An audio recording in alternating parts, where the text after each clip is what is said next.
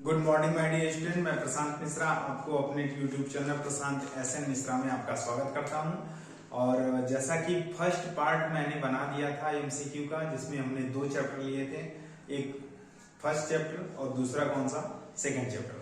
अब आज हमारा सेकंड पार्ट हम बना रहे हैं।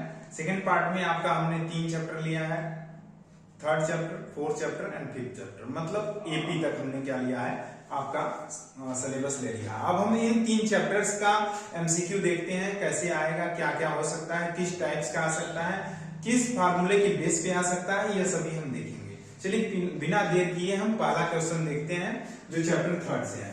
पहला क्वेश्चन क्या बोल रहा है, graphically the pair of equations, मतलब ग्राफिकल रिप्रेजेंटेशन से पेयर ऑफ इक्वेशन जो है हमारा, ये 2 पेयर ऑफ इक्वेशन है। पहला इक्वेशन दिया है 6x - 3y + 10 = 0।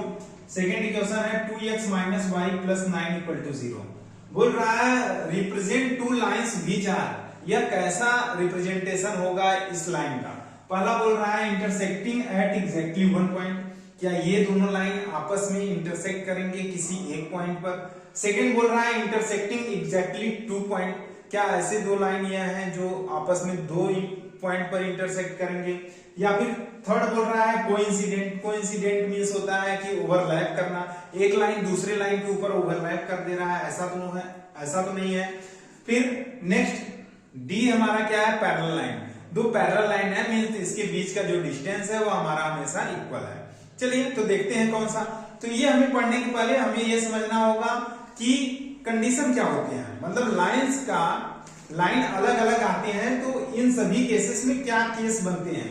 चलिए हम आपको सबसे पहले बता दें, एक बार केस बता दे रहे हैं, उसके बाद सभी क्वेश्चन आप इसी टाइप से कर सकते हैं।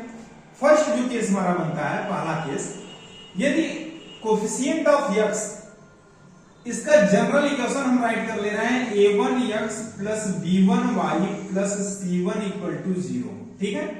दूसरा a2x + b2y + c2 = 0। अब हमें इस कोफिशिएंट ऑफ x और कोफिशिएंट ऑफ y के रिस्पेक्ट में हमें रिलेशन निकालना है, और उस रिलेशन से हम देखेंगे किस टाइप का लाइन रिप्रेजेंट हो रहा है।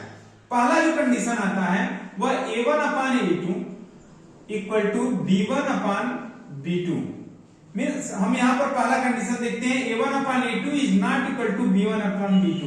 यदि ये कंडीशन है कि पहले इक्वेशन का जो कोफिशिएंट ऑफ x है और दूसरे इक्वेशन का जो कोफिशिएंट ऑफ x है, उन दोनों का रिलेशन और y के कोफिशिएंट का रिलेशन जो आ रहा है वो आपस में इक्वल नहीं है। यदि इक्वल नहीं है तो ऐसे लाइन क्या होते हैं, इंटरसेक्टिंग लाइन होते हैं। इंटरसेक्टिंग लाइन, हम आपको ये भी बता दें कि ये दोनों लाइन, मतलब जो भी लाइन रहेगा अगर वह इंटरसेक्टिंग लाइन रिप्रेजेंट कर रहा है, या मतलब कि एक दूसरे को एक जगह पर कहीं कट कर रहा है, तो मतलब उसका एक सोल्यूशन होगा जिसको हम बोलते हैं यूनिक सोल्यूशन। ऐसे लाइनों के कितने सॉल्यूशंस होंगे, यूनिक सॉल्यूशन होंगे, मींस एग्जैक्टली 1 सॉल्यूशन होगा, ठीक है, यूनिक सॉल्यूशन होंगे ऐसे लाइन के। आगे देखते हैं सेकंड कंडीशन जो होता है। सेकंड कंडीशन जो होता है वो हमारा होता है a1/a2 = b1/b2 = c1/c2। ये कंडीशन यूज होता है हमारा कोइंसिडेंट के लिए।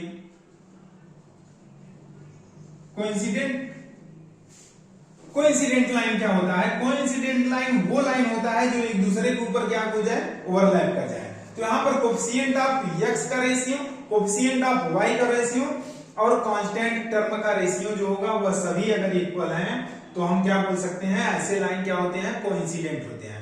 अब भाई ये अगर लाइन कोइंसिडेंट है तो आपस में ये दोनों लाइन कितने जगह पे काटते हैं, हर पॉइंट पे काट रहे हैं। मतलब ऐसे समझिए ये लाइन है भाई, दूसरा लाइन इसी पर से जा रहा है, यही दूसरा भी लाइन गया इसी पर से, इसका मतलब है कि ये इस पॉइंट पे भी काटा दोनों लाइन आपस में, यहां पर भी काटी, मतलब हर एक पॉइंट पे काट रहे हैं। मतलब कितने पॉइंट हो सकते हैं लाइन, तो लाइन में भाई इनफाइनाइट पॉइंट होते हैं। तो अगर इनफाइनाइट पॉइंट्स हैं तो आप इसके कितने सॉल्यूशन बोल सकते हैं, तो infinite many solutions of the coincident line. तो इसके कितने सॉल्यूशन होंगे, इनफाइनाइट मेनी सॉल्यूशन। इसीलिए हम क्या बोलते हैं कि हमारा जो है, हमारा कोइंसिडेंट जो लाइन होता है उसके इनफाइनाइट मेनी सॉल्यूशन होते हैं। लास्ट देख लेते हैं थर्ड कंडीशन।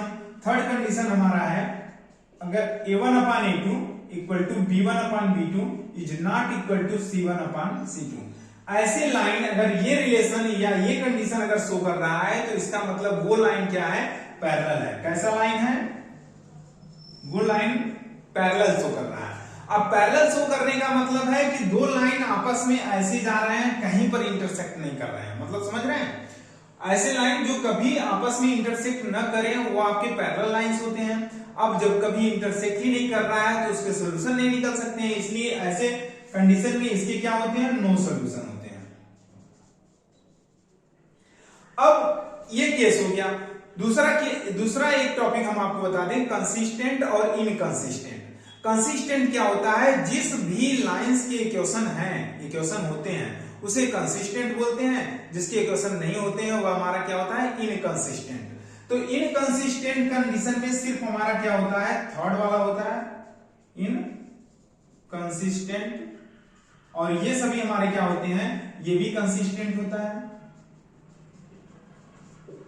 ये भी हमारा कंसिस्टेंट होता है। फिर से आपको बता दें हम, कंसिस्टेंट वही लाइन होता है जो क्या होता है, जिसके सॉल्यूशन निकलते हैं। ठीक है, तो ये लाइन इंटरसेक्ट कर रहा है किसी एक पॉइंट से, इसलिए क्या होगा, इसकी यूनिक सॉल्यूशन होंगे, मतलब एक सॉल्यूशन होगा। दूसरा ये क्या कर रहा है, यह हर पॉइंट पे आपस में इंटरसेक्ट कर रहा है, हर पॉइंट पे काट रहा है। इसका मतलब क्या है, इसकी इनफाइनाइट मेनी सॉल्यूशन है। इनफाइनाइट मेनी सॉल्यूशन होने का मतलब है कि इसके यह कंसिस्टेंट है। ठीक है, लास्ट वाली लाइन जो है वो हमारा क्या है, उसमें कहीं पर नहीं इंटरसेक्ट हो रहा है, मींस वो हमारा पैरेलल लाइन है। इसका मतलब वो उसमें क्या है, कोई सोल्यूशन नहीं होगा, इसलिए वो क्या है, इनकंसिस्टेंट है। ठीक है, हमने ये कंडीशन देख लिया। अब हम अपने लाइन को ऑब्जर्व करते हैं। हमारा लाइन क्या है भाई, देखिए कोएफिशिएंट अगर मिला है तो 6/2, फिर -3/1, फिर क्या होगा, फिर होगा हमारा 10/9। अब कौन सा रिलेशन फॉलो कर रहा है, देखिए ये तो कभी हो नहीं सकता है, एकदम नहीं हो सकता है। ये कंडीशन में हमारा हो सकता है, -1 है नीचे, 1 माइनस माइनस कैंसिल हो गया, ये हमारा कैंसिल हुआ, 3 और 1 आ गया, 3/1 इक्वल टू क्या, इक्वल टू हमारा आ गया 3/1 इज नॉट इक्वल टू क्या हो गया, 10/9। ऐसा कंडीशन बताइए जो हमारा फर्स्ट दोनों क्या हो, पॉजिटिव हो, मतलब इक्वल हो, और सेकंड क्या हो, अनइक्वल हो। तो ये कंडीशन किसके लिए होता है, हमारा पैरेलल लाइन के लिए। तो हमारा लाइन ये कैसा शो कर रहा है, पैरेलल लाइन शो कर रहा है। ठीक है, आगे चलिए।